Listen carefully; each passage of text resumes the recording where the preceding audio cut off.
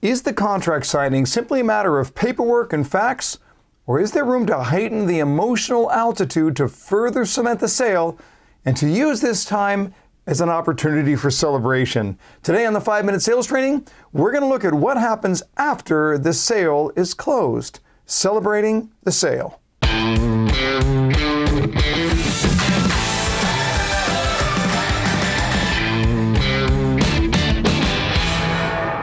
Welcome back, everyone, to another 5-Minute Sales Training, where today we're going to be talking about celebrating the sale. If you're new here, please hit that like button and subscribe as well. It helps us so much to get these videos out to more people. Let's talk about buyer's remorse. It's real, and it begins to set in almost immediately. The sheer magnitude of a decision and the long-term nature of the commitment can cause immediate and palpable angst. Slowly regretting this. But what can be done at the time of the contract to cement the emotional connection to that home? Now, if you're in home sales, you've seen this before. How can the salesperson set realistic expectations without diminishing the buyer's enthusiasm? So let's start by addressing the issue of sustained emotional altitude. I've never seen them so excited. There's an opportunity here that is all too often missed. Here's the question. How does your customer celebrate their decision? They do, don't they? Oh, they do. But is that celebration initiated by the salesperson, or is this something that they do alone over dinner? Let's celebrate, honey. See, the celebration should be a planned event as a part of the contract signing. Even a small celebratory act raises the emotional altitude and it further cements the homebuyer's decision. This will be vitally important when, inevitably, something goes wrong. Now think of the celebration as an investment into the emotional bank account. Think of an error in the process as a withdrawal.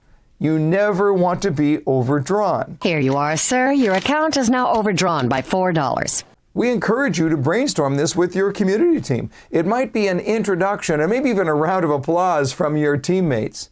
Perhaps a small gift, providing an empty and builder-branded keychain with the promise of delivering the actual key several months from now.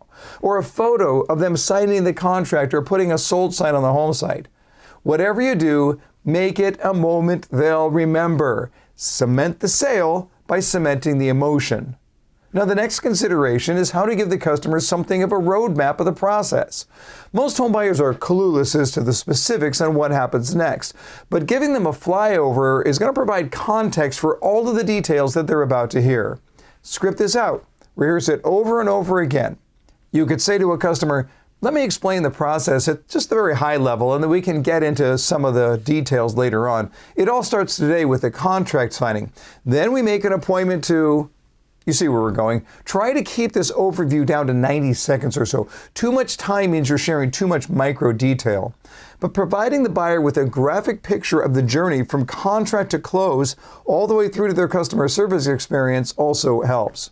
Now, once the contract is signed, the real business of transparency becomes primary. Customers deserve to know precisely how the process works.